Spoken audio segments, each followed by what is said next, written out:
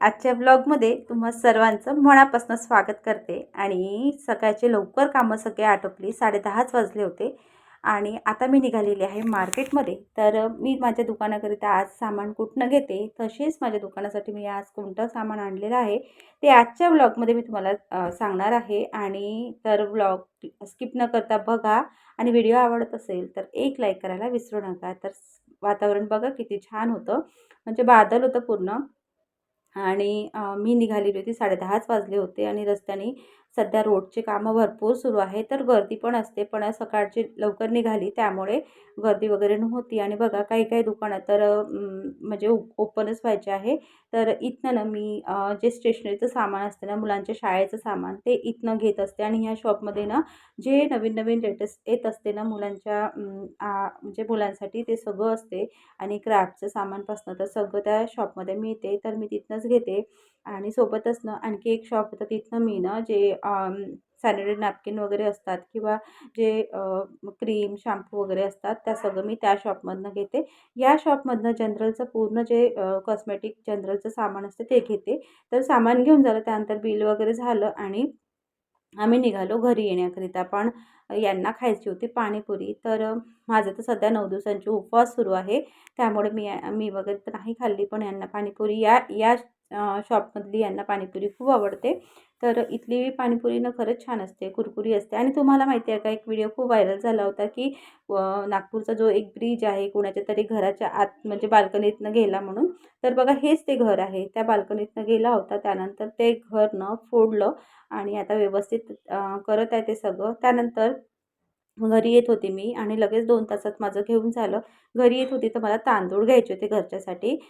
तांदूळ थोडेच राहिले होते, तर मी कसं 30 किलोची एक कट्टा घेते आणि ते मग मला पुरतात, 6 महिने वगैरे चालतात। तर हा बघितला, पण हा तेवढा काही चांगला वाटला नाही। तर तांदूळच्या व्हरायटी भरपूर असते, फक्त तांदूळ, गहू, ज्वारी वगैरेच इथे ह्या शॉपमध्ये मिळते, होलसेल शॉप आहे हे।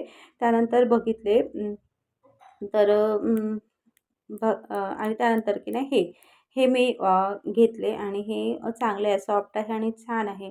तर ते तांदूळ वगैरे मी घेतले आणि त्यानंतर मग मी घरी आली तर साबुदाण्याचे वडे बनवले, चहा वगैरे झाला। कारण सकाळी मी घाईघाईमध्ये सकाळी गेली होती, तर तेवढं काही पूजा वगैरे आटोपली आणि तशीच गेली होती, काही नाश्ता वगैरे नव्हता केला। मग त्यानंतर मग साबुदाण्याचे वडे वगैरे खाल्ले आणि चहा वगैरे घेतला आणि शॉपमध्ये आले। कारण आता नवरात्री वगैरे आहे, तर सणांमध्ये कसं ना शॉप बंद जास्त राहिलं तर मग आपल्याला थोडं टेन्शन येते की अरे सणांचे दिवस सुरू आणि शॉप बंद आहे म्हणून। त्यामुळे मार्केटमधनं पण मी लवकरच आली। यांना म्हटलं की थोडं लेट जाल ऑफिसला, पण म्हणजे हाफ डेनी जाल, पण मला ना घेऊन चला मार्केटला। आणि हे मला ना शॉपमध्ये भरपूर मदत करतात। म्हणजे मी कधीच दुकानाचं सामान आणायचं असलं ना, मी एकटी जात नाही, कधीच जात नाही एकटी। यांनाच नेते मी। आणि यांना जर खूप अर्जंट काम असलं, यांचं यायचं जमलं नाही, तर माझ्या मोठ्या मुलीला घेऊन जाते। पण मी एकटी जात नाही, कारण भरपूर वेगवेगळ्या दुकानातनं वेगवेगळं सामान घ्यायचं असतं आणि कसं एक जण सोबत असलं तर बरं पडतं, त्यामुळे यांना नेते। आणि आल्यानंतर सगळ्यात महत्त्वाचं म्हणजे सामान लावणं असते। तर सामान लावायलाही भरपूर वेळ लागतो आणि मेन म्हणजे सामान लावता वेळेस ना थोडी साफसफाई परत करते आणि मग ते व्यवस्थित सामान लावते। तर सामान आणल्यानंतर की नाही ते बिलमधनं ते सामान जोडणं, बघायचं की बरोबर आहे आहे की नाही, किंवा कोणत्या वस्तूंचे रेट आता कमी झालेले आहे, वाढले, मग कमी तर होत नाही, वाढतातच। तर कोणत्या वस्तूंचे रेट जास्त वाढलेले आहेत, MRPनुसार ते रेट आपल्याला कितीला पडलेले आहेत, ह्यासुद्धा गोष्टी खूप बघावं लागते।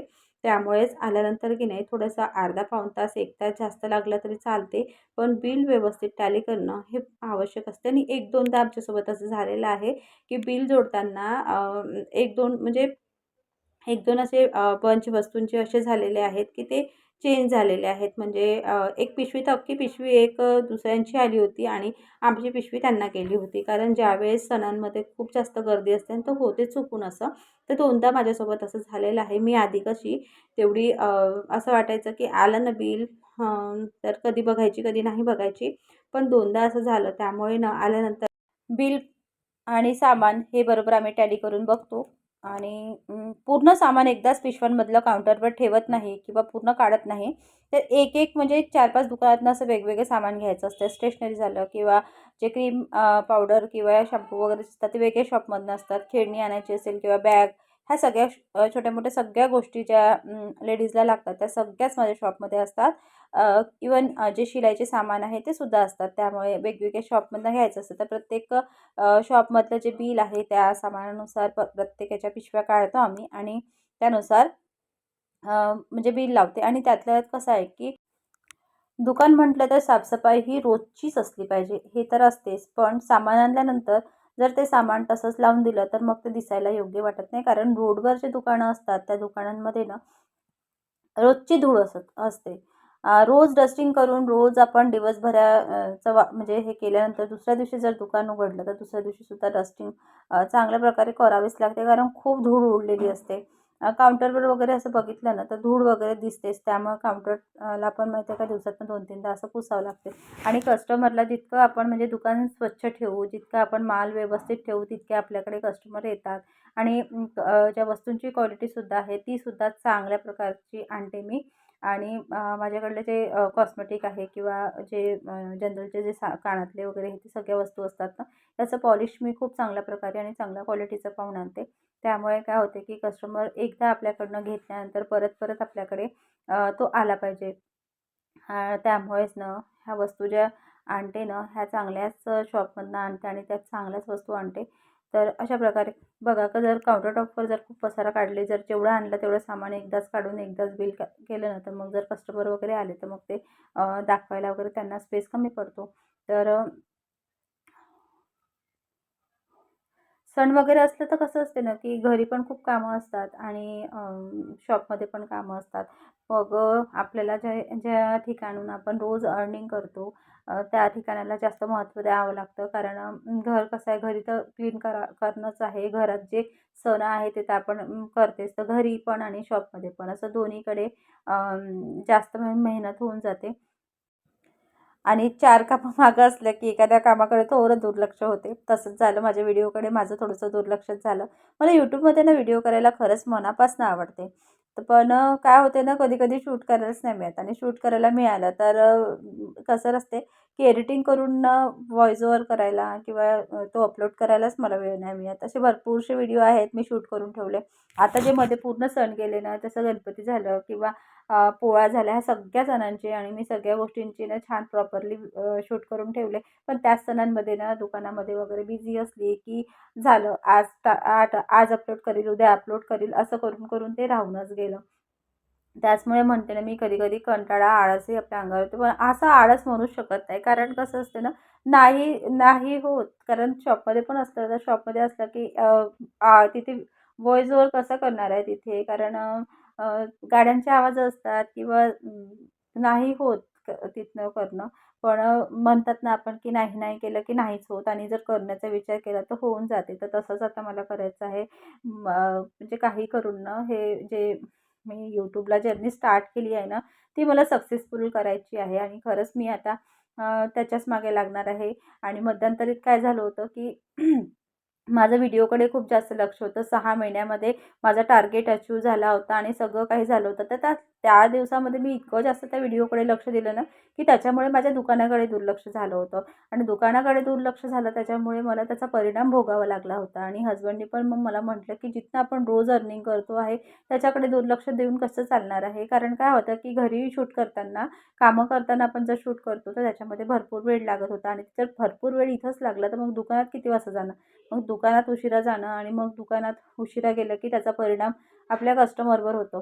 तर तसंच झालं होतं माझं आणि त्याच्यामुळेच मी 5-6 महिने ना व्हिडिओकडे लक्षच दिलं नाही. पण आता लक्ष देणार आहेत आणि दुकान, घर आणि व्हिडिओसुद्धा व्यवस्थित प्रॉपरली सगळं हँडल करण्याचा प्रयत्न करणार आहे.